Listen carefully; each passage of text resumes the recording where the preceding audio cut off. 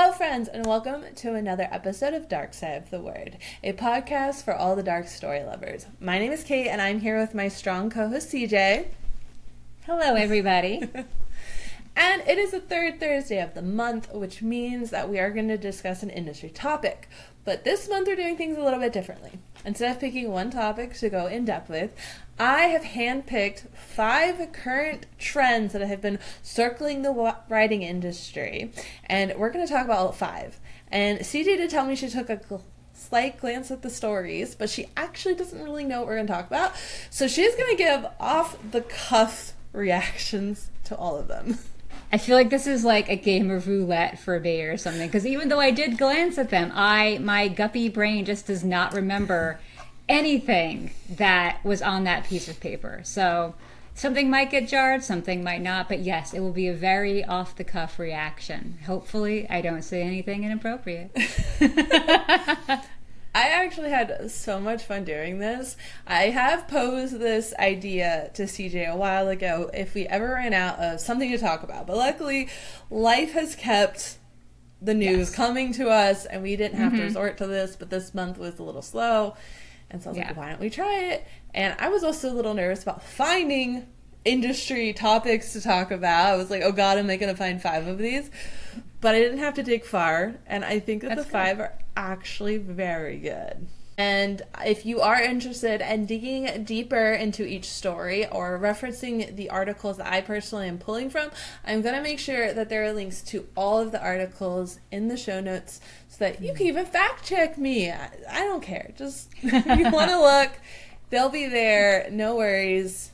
Remember, this is just our opinion. We are not a news source. Do not take our word for fact. No. This is entirely editorial opinions only. All right, CJ, are we ready? As ready as we're gonna be. Let's go. Fire them off. Question number 1. All right.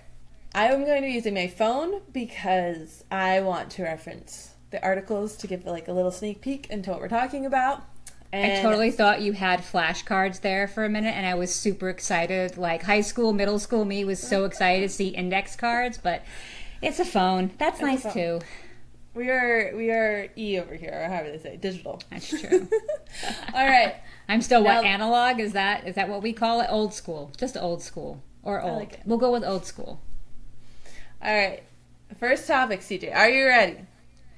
I'm ready. Let's go. All right. The first one is Fem Gore. Fem Gore. Fem Gore. Okay. Yeah, I don't remember any of these. All right. What, Fem Gore, like Al Gore, woman Al Gore? What is Fem Gore? All right. So this article is by The Guardian. I'm going to read like the very beginning just really quick for y'all. So, women are writing absolutely horrific novels. Women are writing novels about people, usually women, usually young, who stalk, slash, bludgeon, infect, slice, dismember, and cannibalize.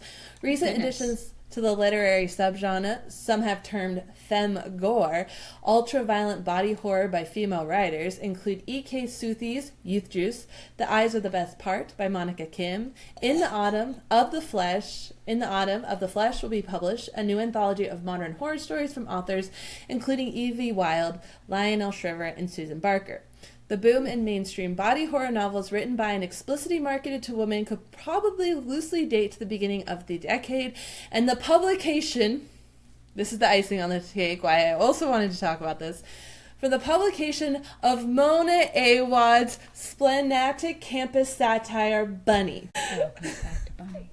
Welcome back to Bunny. Okay. But yes, so I wanted to talk about the new subgenre entering the horror field, Fem Gore, as pointed out in the Guardian article that I just read for you. So before I get into what I was going to mention, let's have first thoughts from CJ. Okay, so based on what you read, it sounds like a subgenre I will not be reading because I am not good with the gore, and I've seen the cover for The Eyes Are the Best Part. Ocular trauma everywhere. That is not the book for me. So, to clarify, is Fem Gore female authors writing gory books in general for everybody who wants to read them, or female authors writing gory books that are targeted toward a female audience, like that women will want to read? I guess like romantasy, but with gore? Gore-mantasy? I think it can go to both. I think anyone could find Okay. a connection to the books, but I do think because of the feminist aspect of the feminine heroine, you could so say, might be attracted to Okay. more of a female. I actually pulled a specific Gotcha. quote from the article that I'm going to read next that I think harkens to some of the other reasons this genre is getting started. So the quote is, "Almost all Fem Gore novels reference the aesthetics motifs of blockbuster horror more or less knowingly, and might superficially appear to function as a straightforward cultural corrective to torture porn's misogynistic excess. Here the beautiful young woman is no longer inflicted upon, but inflicting and with all the zest of her male antecedents." Ascendants. That's a big word. That's like a Yes. 50-cent word right there. Okay, so the women in the novels are doing the gory things to other Yes. people. They're the Yes. big bads, basically. When I think of like this genre, and now this isn't technically horror specific books, but when I think of like this kind of idea of the female like charge of it all, like Ninth House, how Alex is a badass girl who's like killing everything and not listening to anyone. Hench, which I know you haven't read, and then The Dead Take the A Train. I have not personally read Bunny, but Okay. Bunny makes sense, actually, because it's about a group of women who experiment on boys or bunnies to become boys and then experiment on them. So I can see how that would apply, because they're doing some, I don't know if it's not like torture, but they blow them up every now and then. So I can see where the gore comes in. You know what could be a good one for this kind of, The Echo Wife by Sarah Gailey, who also wrote one of our book club books, Just Like Home. And The Echo Wife, the main character is a woman who is a geneticist, I guess, and she creates new humans, like clones, basically. And she has to break them in, which means basically torturing them. Because in order to be a true human, you have to have bruises, you have to have scars, you have to have emotional trauma. So she does that. She doesn't enjoy doing it, but she does it. And there were some parts I was a little like, yeah, I don't think I want to read this. It's not as severe as something like Tender as the Flesh or Brother or the eyes, the eyeball, the one with the pincers and the eyeball. I can't remember the name, even though I just said it like 2 seconds ago. But that's the only example I can think of. it's funny that you should say eyeball, because one of the things that they're also saying kind of like signifies these Fem Gore books are flashy colors with neon pink glistening eyeballs, very things, think pop punk grabbing your attention. I think Devil Takes the A Train is a great example of that type of cover. It's interesting. I really appreciate that this is a genre where, you know, a lot of times, because don't comment on this, okay? Okay. Is But that the point of the podcast, to comment on it? When I say this, you'll understand. Just save it for later. Okay. But a lot of times, it's like they hearken to this is women, you know, females' response to torture porn. But I also think that it's interesting too, because if you think about the idea of like the 80s horror movies and the final girl, that, you know, there's a lot of this time where it's men inflicting evil and violence on women, and this is a chance for us, you know, women empowerment, to come through and essentially be like, no, we're gonna be the killers now. We're gonna be the ones causing the havoc and the wreck and be the serial killers and the ravaging. And so I kind of appreciate that we're expanding the genre to not just be one gender, you know, in that sense. It's like that, I did not see this movie, but I heard about it from my husband, Peppermint, with Jennifer Garner, where basically, like, I don't know if you saw that movie. I haven't, but I know what it is. I haven't seen it, but I know which one you're referring to. Okay, and so she basically just, like, takes out a bunch of dudes, goes on a killing spree. I think there's some torture involved, because I was warned not to see this movie. So that's kind of like a fem, I was going to say fem porn, but that's not it. Fem gore. Fem It's an Gore. odd phrase. Fem Gore. Fem Gore? Fem Gore. Fem Gore. Femgore. Fem Gore. Okay. I definitely see what you mean about the covers. I saw the one with the eyeball one. The eyes are the best part. That's it. Bunny is a bright pink cover as well. Yeah, it's turnabout's fair play. I guess it's time. I like the idea that the women are the ones being badasses for whatever reason. I'm still probably not going to read it, but I also don't read the male-centric ones either, because bleh, basically. So it's a whole genre that's lost to me. But you know what? If you're a woman and you want to write a character who tortures the shit out of people for some reason, you go with it. You go with it with your bad self. I do have two thoughts about this. In Okay. a more fantasy horrorness instead of a serial killerness. So like Devil Takes the A Train or Ninth House, where there's like more of a fantasy element. It's not just the act of killing people is the point. I really like these really punk, get my hands dirty, I don't mind slitting a guy's throat female characters in books. I've been really enjoying it and kind of drawn to those kind of books. So I appreciate it. Second point is, what is with all these subgenres getting created? Here's another one. Yeah, that's true. That's true. That is another subgenre. I think it just means we're finally branching out, especially for horror. We're just branching out into different things. It used to be just Stephen King, basically, either slasher horror or ghost horror, and now it's just so much more nuanced and so much more layered as storytelling evolves. And I love that because that means that there's a different kind of horror for everybody. Everybody has different fears, so Yeah.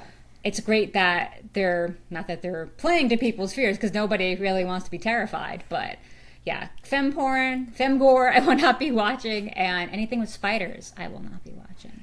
Dude, But I agree with you about the female power, like, you know, kicking ass. I was a big Xena fan back in the day. Huge Xena fan and Buffy fan, obviously, as we all know. So, you know what? I started at an early age with women kicking ass and taking names. So, keep going. Actually, now that you say it, I almost feel like Buffy could be Fem Gore. Like early. Yeah, she does a little torture. There's one point where she sticks a crucifix in the guy's mouth and like tortures him. In the episode when she was bad in season 2, episode 1. Yes, I am a huge geek. So yes. All right. Are we ready for the next one? Yes. I'm opening it real quick. All right, this is gonna be a little touchy. Okay. I like the Femgore though. That's like the topic. That's pretty cool. I did not know that existed, even though I actually have seen it like kind of manifesting in front of me on Instagram and different book lists I watch. So I'm glad that you brought that up. Thank you for making us all more aware of our reading options. I had so much fun putting these together, to be honest. And I was like That's rushing to awesome. my partner, like, look at the 5 things we're going to talk about. Like, I'm so good at this. That's awesome. It's fun to like break it up a little too. You know, have the regular big topics and then have a little crazy mix thrown in there. All right. Now, I'm going to go to a slightly sadder topic. Not as much fun as the Fem Gore, I'm sorry. But I feel like it's important for us to talk about this, which are now the adult-only libraries that are starting to pop up, specifically an adult-only library in Idaho. This is from the Idaho Capital Sun. This is not the only source that I've seen this information, but I'm just going to read this one because it was more easily accessible. But essentially... Wait, time out.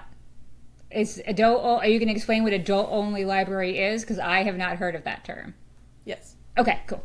That's why I'm reading the article. Okay. So essentially, on a cool Friday morning in late May, the Donnelly Public Library welcomed 4 kids who had just gone off the bus from school.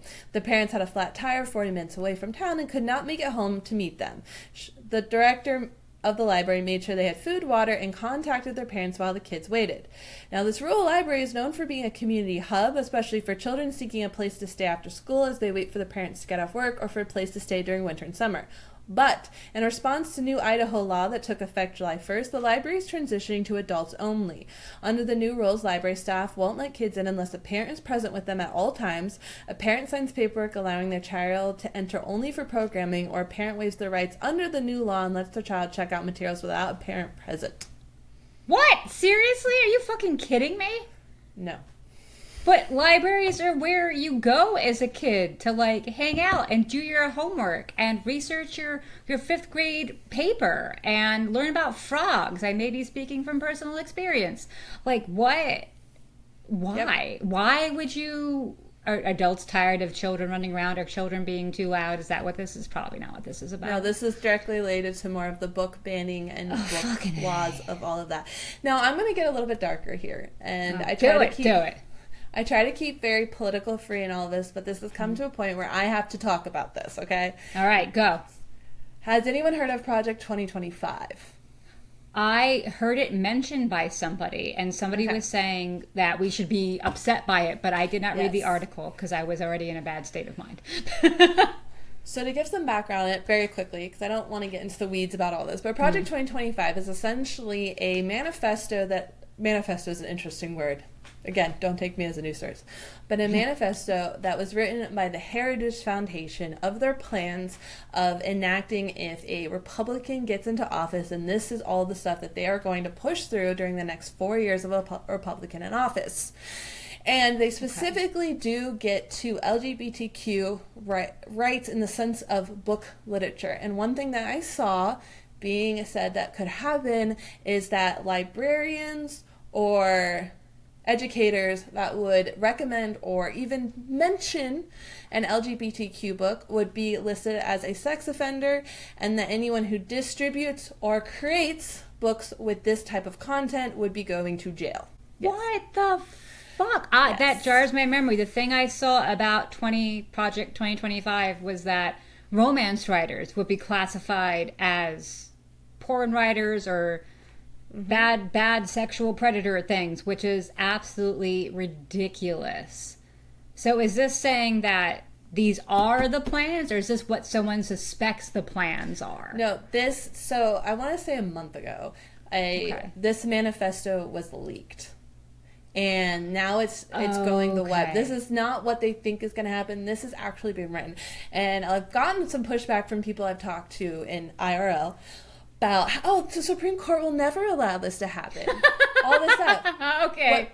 What people aren't realizing is that when Trump was in office, 4-ish years ago, when Trump was in office, the Supreme Court nominees that he elected and, put up and that went to the Supreme Court were suggested by the Heritage Foundation. So this has been a long con this whole time, setting up for the moment when they would now have the people in place and the power so that when they push all this through, they're able to actually pass it. Because people's like, the Supreme Court, no. Now, this directly goes against free speech, in my opinion, the freedom to write and read. To me, this is not the government's job to control what children read. This is a parent's responsibility to educate and tell their kids, pre-read books. I know, actually, it's really funny that we're talking about this because I had a friend who, her daughter, I want to say is about 13, 14 right now, and she's wanting to read more books, and the mom knows that I'm a really big reader, and so she's constantly texting me books. Like, well, what's the content in here? Like, I want to know. I don't want, rape to be in this book my child reading. Yeah. And, I tried to help her, but then I remembered that there's this lovely app called Storygraph, I believe. I hope I said that right. And what makes Storygraph, yes, I had to confirm that. What makes Storygraph different than Goodreads is that users actually get to put trigger warnings and rate, content warnings for each book. Yes, they're community done, but I feel like it's pretty confident to check that. Yeah. So you can go Google your book, or not Google, search your book, and you can see what users are putting up as content warning. I sent that to her, and she was like, oh my god, this is the best thing in the world. This is exactly what I wanted. And do I want a 13-year-old reading a book about rape? No. I mean, I remember, when are we going to have these stories? I remember being 14 and picking up a romance book when I was and then getting to one of these sex scenes and being like, I'm too young for this. And I literally set it down and walked away from it. Yeah. And then you're like, well, that wasn't so bad after all. Maybe I should read a little more. Yeah. We need those ones. I feel bad for the next generation not being able to stumble on the romance book. I mean, it's a parent's job to be like, kids, you can check any book over here, but you just stay over. It is not our job as a government and a society and a cult, to babysit these kids. And then you have, taking this a step further, you have magazines when we were younger, like 17 magazine, and there used to be Sassy when I was younger. They talk about sex in there. They talk about body stuff. That's just part of guiding a teen through those tumultuous years. Is that going to be classified as porn? Is that going to be classed as sexually deviant? That's ridiculous. How else are we supposed? You can't just put everybody in a little box and just shut the lid and let them live there until they're 30. I personally feel that sex education was created in schools because parents weren't properly teaching their kids. First off, again, it's the parents' responsibility. If you did it, we wouldn't have to educate. Yeah. But I just don't understand why we're so scared of sex, LGBTQ, and we're so scared that our children are going to be brainwashed in a sense that we're now governing and making libraries adult only and doing all this. And like, this is a rural library that is known for community, is known for protecting children when their parents can't pick them up, is known as a safe space, and you're now saying, oh, I'm sorry, we can't do this anymore because we have some romance books in here. So I feel like the book banning is nothing new. What I want to focus on is the fact that we're labeling anybody who peddles these things, you know, sexual deviants. Anybody who writes this stuff, sexual deviants. I mean, there's a big difference between a lusty romance writer acting out her fantasies on the page than someone who's diddling children behind a bush in a school parking lot. Like, what the fuck? Why are we equating them? They're not the same thing. I already have issues. That's completely wrong. And I already have issues with sexual offending stuff because I think that it, in some cases, is super inappropriate. Like, say a 19-year-old is dating a 17-year-old. Like, if he was 17 and the person was 15, that would be fine. But now that the person's having to like, come on. This person's life shouldn't be ruined. 2 years is fine. Okay? Like, I have so many issues with this. Like, in a way, I'm really glad that I am not published yet. Because I'm really scared about this one. That's a terrifying prospect, to have libraries not welcome children freely.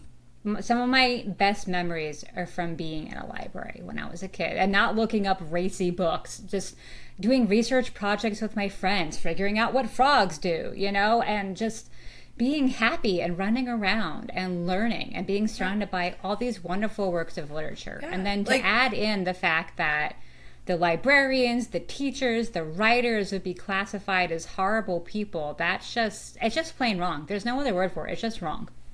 And it scares me that, I think being labeled as a sex offender ruins your life and has all these problems, but also the threat of being put in jail, like to be separated from the ones you love, to lose your freedom because you decide to have freedom of speech and be creative and write what you like. And like, where are we going to draw the line?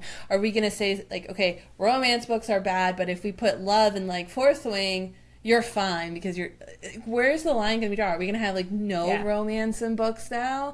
I'm sure Playboy will still continue to operate somehow, you know? Mm-hmm. Exactly. It's just, this is why when people tell me, oh, this will never happen, you don't have to worry, we're fine. I'm like, it's happening right now. We don't need an election to suddenly be the thing that makes it happen. It's happening now. Yeah. I mean, there's book banning now. There's people censoring things now.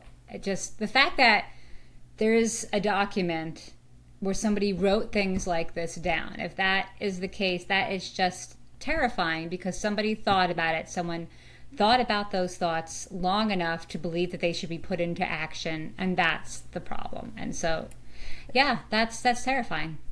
And instead of putting the energy into writing this manifesto, why didn't they just spend time with their kids? And are we going to grandfather in the people who's already done it? Or are they automatically like, you're getting arrested? Like, what's the plan here, people? It's probably going to stretch back because why not? Why not throw all of the people in jail? The majority of which are women, by the way. Librarians, teachers, romance writers. Women. Another way to just put down women. You know what? The Fem Gore is looking better and better to me all of a sudden. Maybe I'll deal with a few detached eyeballs or something. I love that. And I think that is... I put these in the perfect order. Yes, you did. Absolutely. Because now with retrospect? Yeah, perspective? Yeah. Perspective. Both work, I feel like. Looking back seems good. All right. Are we ready for story number 3? Dear God, I don't know if my heart can take it. This one I feel like a shot.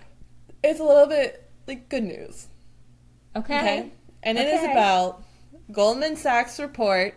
So I'm just going to start reading the article because it'll be better written than how I try to summarize it. But essentially, Goldman Sachs put out a 31-page report titled Generation AI, Too Much Spend, Too Little Benefit, that includes some of the most damning literature on generative AI I've ever seen. And yes, that sound you hear is the slow deflation of the bubble I've been warning you about since March. So the report covers AI's productivity benefits, which Goldman remarks is likely limited, AI's returns, which are likely to be significantly more limited than anticipated, and AI's power demands, which are likely so significant that utility companies will have to spend nearly 40% more in the next 3 years to keep up with the demand from hyperscalers like Google and Microsoft. This report is so significant because Goldman Sachs, like any investment bank, does not care about anyone's feelings unless doing so is profitable. It will gladly hype anything if it thinks it will make a buck. But they say that generative AI was showing very positive signs of eventually busting GDP and productivity, even though said report buried within it constant reminders that AI had yet to impact productivity growth, and states that only about 5% of companies report using generative AI in regular production. Interesting. Okay. One of the other things I did read in that, like further down, because I'm not going to read the whole thing, if you'd like to read it, links. But they said, in summary of my own words, they said that the amount of information that AI would need to be anywhere near helpful and productive, like we don't have that amount of information. Even now with it being fed with all the books and all the stuff, like we just don't have enough for it to actually be helpful yet. Thank God, because if there's not enough for it to be helpful, that means there's not nearly enough for robots to take over the world. So, shwoo. I am greatly relieved that my greatest fear is not going to come true anytime soon. I feel like this harkens back to your Echo Wife comment, where it's like she makes humans, but they can't exist unless like humans aren't human unless there's like trauma and scars and all that stuff. And that's what this AI feels like. Okay, so we had that industry topic discussion episode a few months ago about AI being afraid it's going to take over our jobs as writers, as creatives, and publishing. So now it seems like we're not there yet, and we may never be there. Yeah, okay. I remember mentioning that there was someone I knew who decided to test drive the AI to write like a story, and how they constantly had to feed in so much information for it to output anything that was remotely intelligible to being a story. And that was something they pointed out in the article as well, is that they don't see in the next 10 years it being able to put out anything better than like say a paragraph of quality work, because it just doesn't have the input to grow. And also, I was talking to my friend, because I have been talking to everyone in my life about how this isn't really artificial intelligence. It's just a bigger search engine that's able to mash information together. And she agreed. And she came up with the word that I've been dying to have in my head, but I've been lacking, which is, it's not AI, it's machine learning. Which if you're a nerd out there and you're an engineer, you'll know what I'm saying. It is machine learning. It is not actually artificial intelligence. Okay. Yeah. It's a larger search engine. That's all it is. It's just a really better done search engine that's faster and can get all this data together to produce an answer for you. Yeah. I mean, I still haven't done much with any AI. I haven't used ChatGPT. I know people who take images and they edit them with AI. I have not done that because I feel like it's a slippery slope, and honestly, I don't know how to do that because I don't really want to learn how to do that. So AI or machine learning hasn't affected me directly that much yet, for which I am grateful. But I am just glad to know it's not going to be the massive bomb that everybody thinks it is. It reminds me of when ebooks first came on the scene. When I started off in publishing, ebooks were just really starting to emerge, and everybody was ready to drop print, and they're like, no one's going to read print books anymore, blah, blah, blah, blah. And I'm like, hold your horses, man. Like, the print book has been around for a very long time, and people are very attached to it. The ebooks are nice and new and flashy, but I don't think everybody's going to completely abandon ship. And sure enough, here we are, still existing 20 years later, with print and ebook side by side. And I am even thinking of getting a Kindle. I know anybody who knows me just went, oh my God, because I have been like, print books for life. But it took 20 years, but I'm thinking about it. When you travel though, I know, and you're readers like us, like that's pretty much the only time I use my Kindle, is either I cannot get a hands-on copy of the book because sometimes there's those like ebooks of indie publishers and you're just like, damn it. Exactly. or I'm traveling because I read too much and too quickly, I'm not going to put 5 books into my luggage. I mean, I do put 5 books into my luggage, and this time coming back, it was a problem because I also bought tea in France, and I could not fit all the tea in my bag because of all the books. And I'm like, this madness has to stop because so you I will left not some be books. kept. You left some books. I fit it all in somehow. I put some in my husband's luggage. I made it work. I am nothing if not a problem solver. But yes, I am debating a Kindle because, like you said, sometimes I get offered ARCs from non-traditionally published authors, and I would love to read them, but I don't like giving out my home address to people I don't know because I'm a little crazy like that. And so it would be good to have the ebook that I can read. Or also, my eyes are just getting bad and I need larger font. Like, I'm continuously on my computer making it 150% to read. So regular books, I'm like playing trombone. So Keep that over there. I know. I just saw my eye doctor the other day, and she's like, well, after 40, you're a little young, but after 40, it can happen. I'm like, I come from a long line of readers with bad eyesight. I'm doomed. So I think the Kindle may be helpful. Now, I will admit that with the video that we're doing, I, quote, use AI to edit it, but I wouldn't even call. and the program is happy for you. I didn't know doing quotation marks would produce balloons, okay? It never does it when I do things. It just hates me. I think I'm the host is the problem. I've done this a lot and never produced balloons. See? Okay. Anyway, I do use AI in this quote program to edit the video for us, but I wouldn't even call it AI because of, I have a programming background. Machine learning? Yeah. So essentially, like, the things that I see it do, I'm like, that is just a well-written code to produce these results. Yeah. This isn't actually artificially deciding what is good or not, Yeah. But I was really excited when I saw this article, and I was like, I have to talk about it because I think that this is almost a sigh of relief, essentially, for all of us. The fact that, it doesn't have enough info, and currently, especially if all the authors win the lawsuits about, like, you can't put, like, you're not allowed to put books into it. There's that. There's the fact that it takes such an energy consumption to create enough AI to be able to properly work. And just the fact, let alone, it's just... They wanted to make a really big point in the article, which is that the return on your investment just isn't great enough to actually start implementing AI. I mean, yeah, we can edit the photos, like you said. We can do little things like that. We can make it have better grammar, but I just don't see us actually being replaced yet. And they said it's about 10 years out. Yeah. So let's get our shit out there. In the publishing industry, a lot of publishers are now putting contracts in, or putting clauses in their contracts that forbid, authors from using AI to create their books. It prevents translating publishers to use AI to create the translations of their books. So there's a lot of effort from the publishing community being put into keeping AI where it belongs. So hopefully that's helping too, and it's just not gaining traction because if there's no where to use it, then it's not going to gain any ground. I love that because we had talked about it in that article on our earlier episode. If you listeners want to listen to it, we have an AI episode earlier. But that's interesting because I know we talked about translation. We weren't sure if that was going to become now an AI thing, and so I love that update. Yeah, I don't know if people have started doing it yet, like actually started using AI to create translations, but a lot of publishers are now just taking a preemptive strike and saying, you know what, you can't do this. They're putting it into the contract saying, we don't want this to happen. We want it to be a person translating it. So you're not allowed. So it's just keeping it from happening. Finally, someone doing the right thing. I know.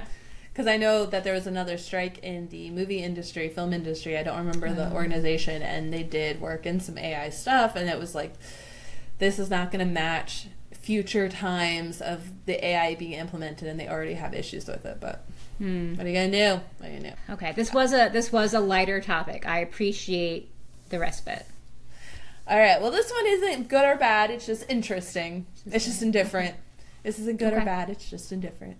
To quote Taylor Swift for all y'all there. If you didn't know, I was a Swiftie fan. I kind of wish I was wearing my Swiftie t-shirt. I have to wear it next video.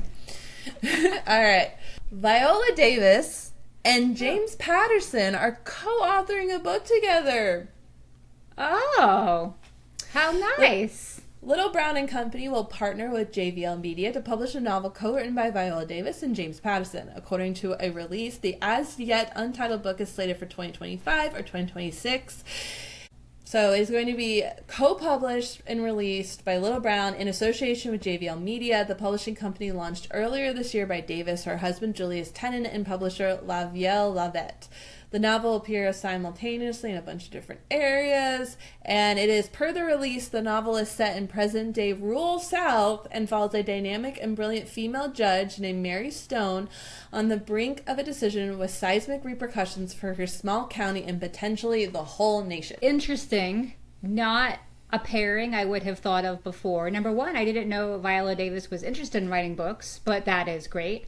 I would probably read something by her since I've liked the movies that she's been in. But if she were writing with somebody else other than James Patterson, I might be more interested. Because I don't think I've ever read a James Patterson book, and I really don't have an interest in doing so. Was the show she was in How to Get Away with Murder? Is that the one?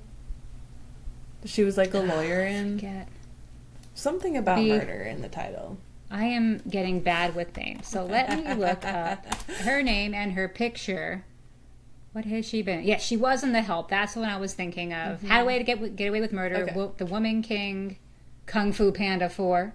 Who's not in Kung Fu Panda 4? Yes, she's actually a big character in the Hunger Games. The new one, she was in Doubt a long time ago. I don't even remember that. That was an interesting movie. So I have multiple thoughts on this.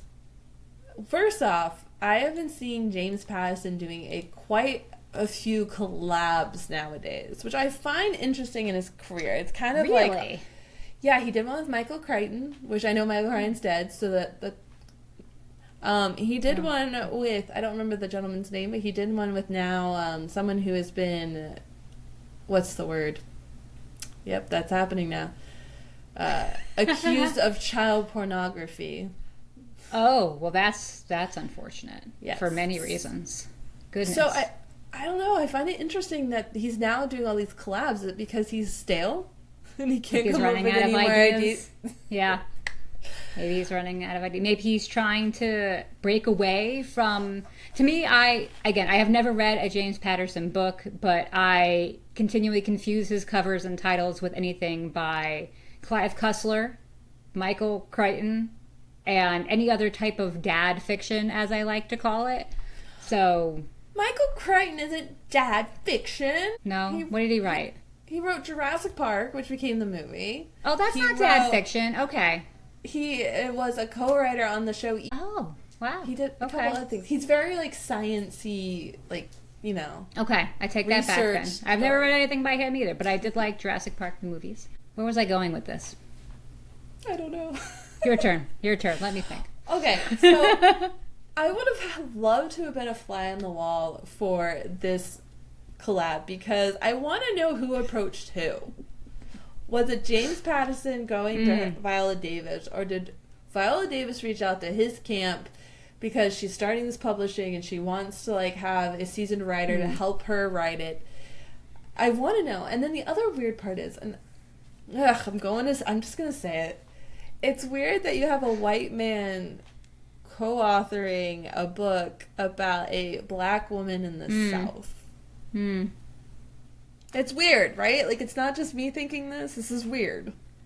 It is not a pairing I would have expected, but perhaps it is a move toward unity of the disparities in our great country. There's so many other authors she could have reached for that have like proven themselves instead of a dad fiction. Maybe she really likes his books. Who knows? You know? Yeah, actually, it's possible.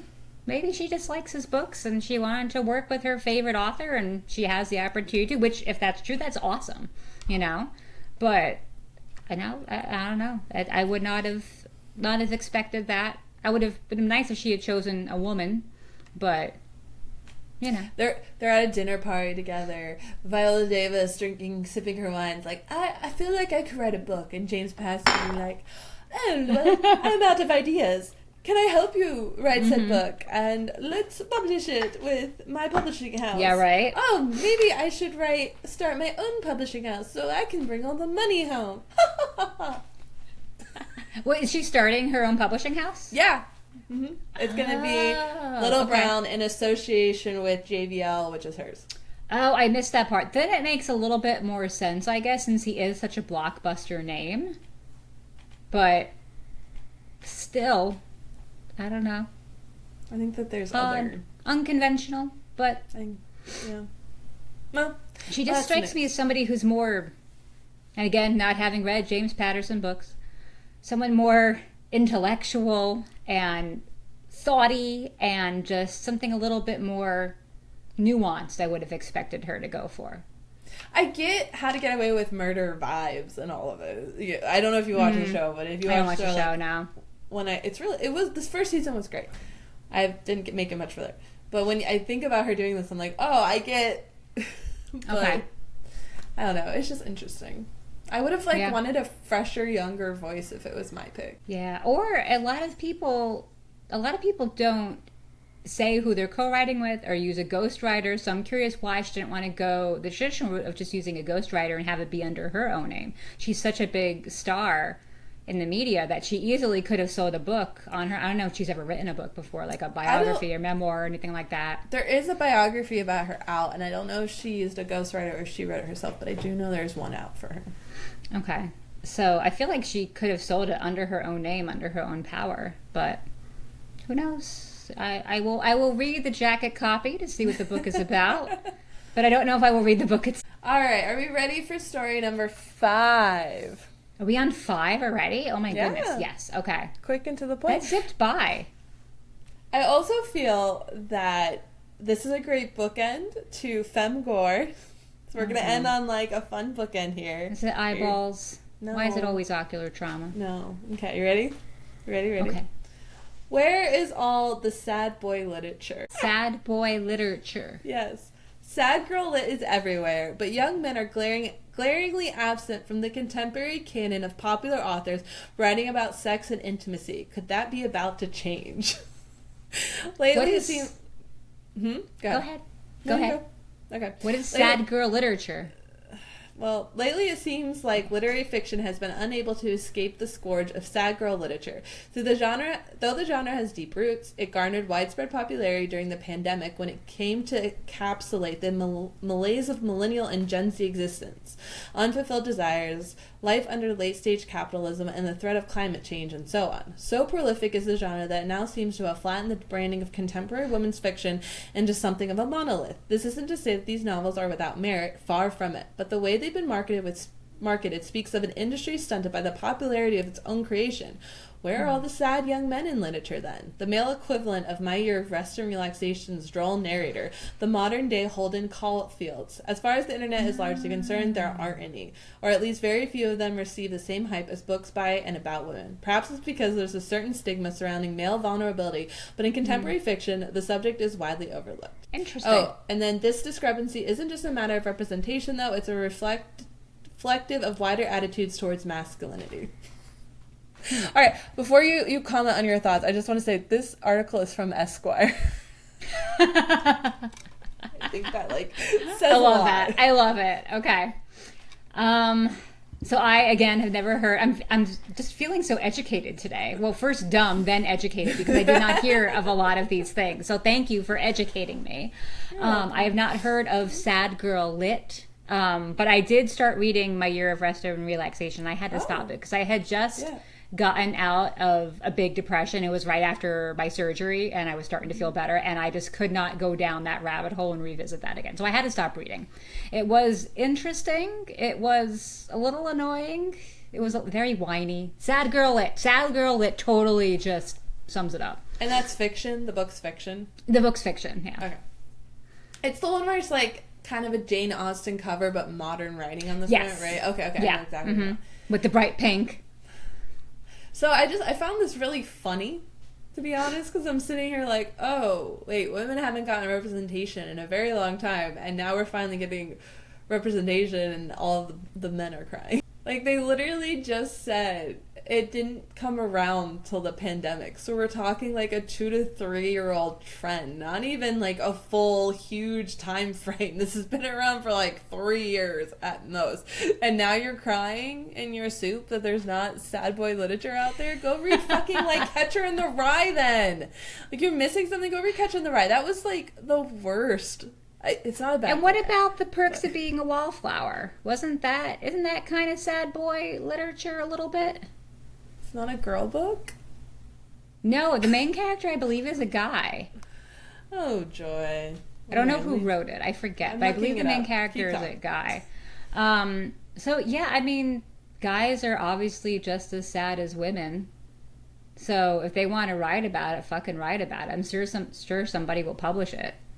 But it's probably just because a lot of the majority of publishing is dominated by women these days. It's so funny how it's changed. You know, back in Louisa May Alcott's time, a woman couldn't get published easily, and she was turned away by men because men ran everything. And now it's the complete opposite, where there's women in positions of authority in publishing houses. Women are the writers, women are the editors, and I rarely read a book by a man these days. There's just not as many as I'm finding, unless I'm looking in a certain genre. But there's just not as many out there, so it just could be that. Perks of Being a Wallflower is written by a man, it looks like. I hate to genderify things now. I feel so worried about stuff like that. Yeah, I find it interesting that, because I do, until pre-pandemic, but like right before the pandemic, I was still hearing stories about women authors in the sci-fi genre and getting very like heckled and not thought of highly on sci-fi panels at events and such. Like I remember V. Schwab talking about this as well, and I thought that was interesting because I'm like you, especially with all the courting we've been doing. I think I only came across 2 male agents in all of my searching for an agent, and I'm in sci-fi, and I was shook about it. I guess, and most, I was just say, I guess like I would care if this wasn't just like a 2-year thing, but I feel that there is just so much sad boy literature out there that you just can go read a few older books and you'll be fine, you know, like I just don't see the need to change it. And I feel like it isn't just a 2-year thing. Like I'm thinking of books, She's Come Undone, which was an Oprah's book club back in 98. It was written by Wally Lamb, who I believe is a man. Yes, it's a picture of someone who looks like what we would conventionally call a man. He writes about a woman named Dolores, and it's a very sad, depressing story. It's definitely sad girl life. It's like Eleanor Oliphant, kind of, but even sadder somehow. I don't remember if it had the uplifting ending at the end. So there's that. There's books by Alice Sebold, which are really intense and definitely, I mean, there's a lot of trauma in those too, but there definitely could be sad girl type books.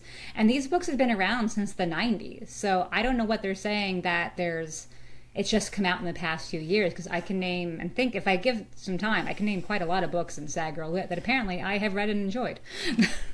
I feel like it's not that they're saying that they're just getting published now, but the sudden popularity and need and all of the wave of them going on shelves is a big thing right now, and they're saying it's far outweighing the sad boy literature getting published.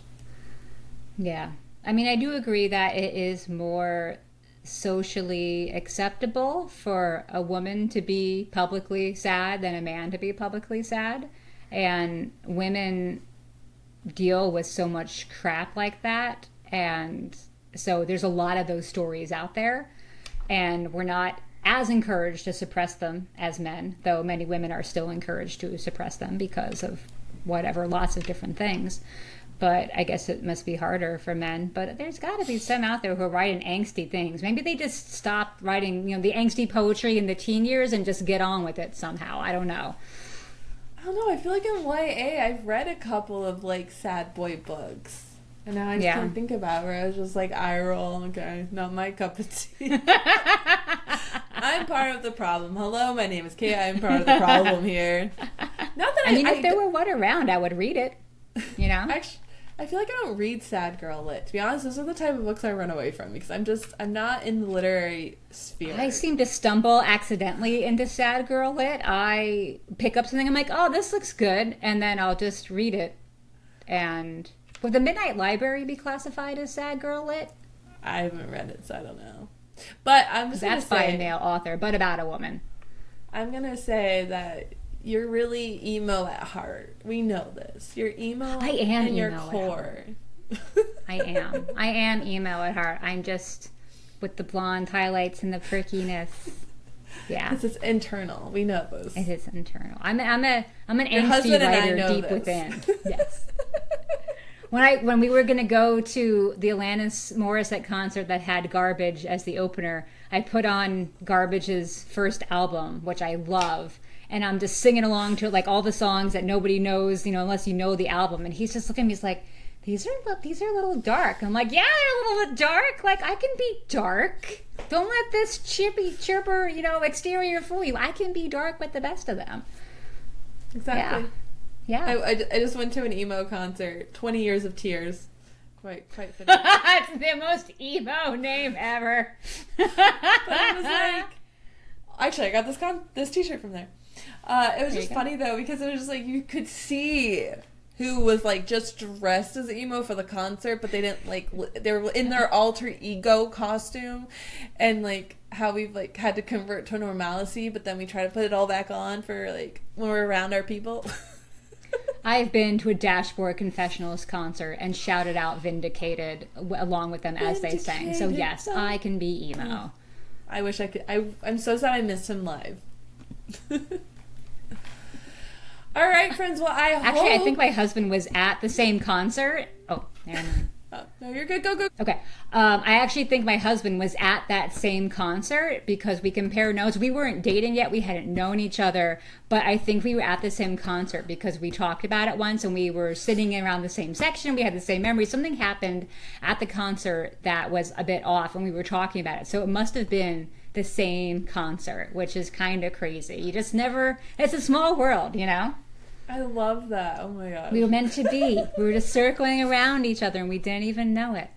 I have stories like that with my partner too. Like 3 times we almost like were at the same place, but we just never said directly hello to each other. I have the best story. Wait, my friend, she met her husband when she was 7 years old. She didn't even know it because one time when they were dating, he pulled out his photo album from Family Stuff, and in the photo album is his first communion picture, and there is my friend sitting next to him in the pew while he's getting his first communion, and they had no idea. She's like, why do you have a picture of me? He's like, this is of me as a child. How weird is that? I love that story. I had an interaction with my partner at 9. So, get it. I love that. You have to tell me that later. Yes. Well, listeners, I hope that you enjoyed the format. Leave a comment to let us know, yay or nay, if you want this again. It probably will pop up no matter what. But I say yay. I like this. This was fun. See, I told you it would be fun. You're all like... We all know I hate change, but then eventually once I'm in the change, I tend to enjoy it. So, yes. All right. Well, I just want to remind you all, you still have time to join in this month's book club, which is How to Make a Horror Movie and Survive by Craig DeLuey. Oh, all right. And don't forget, our bookshop links are in the show notes. If you would like to help support the podcast at no extra cost to you, you can order through one of our links below. But thank you so much, friends, for listening to Dark Side of the Word, a podcast for all the dark story lovers. Please, if you're watching this on YouTube, please subscribe and give this video a thumbs up. Otherwise, we're an audio-only podcast on Spotify, iTunes, and iHeart. Again, make sure you leave a comment. Tell us how wickedly gorgeous and amazing we are and how much you love everything we're doing. Thank you so much, friends. Bye! Bye.